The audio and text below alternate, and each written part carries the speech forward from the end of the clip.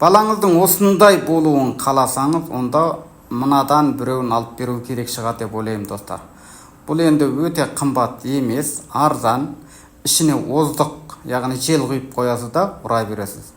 Істетіп болғаннан кейін ішіндегі желін шығарып, алып кете беруге болады. Алам десеңіздер, пікір аймағына алам деп жазсаңыздар болды, біз өзіміз хабарласамыз. Минималды 13 қана сатылады. Яғни бұны Қытайдан алдырып береміз заказбен.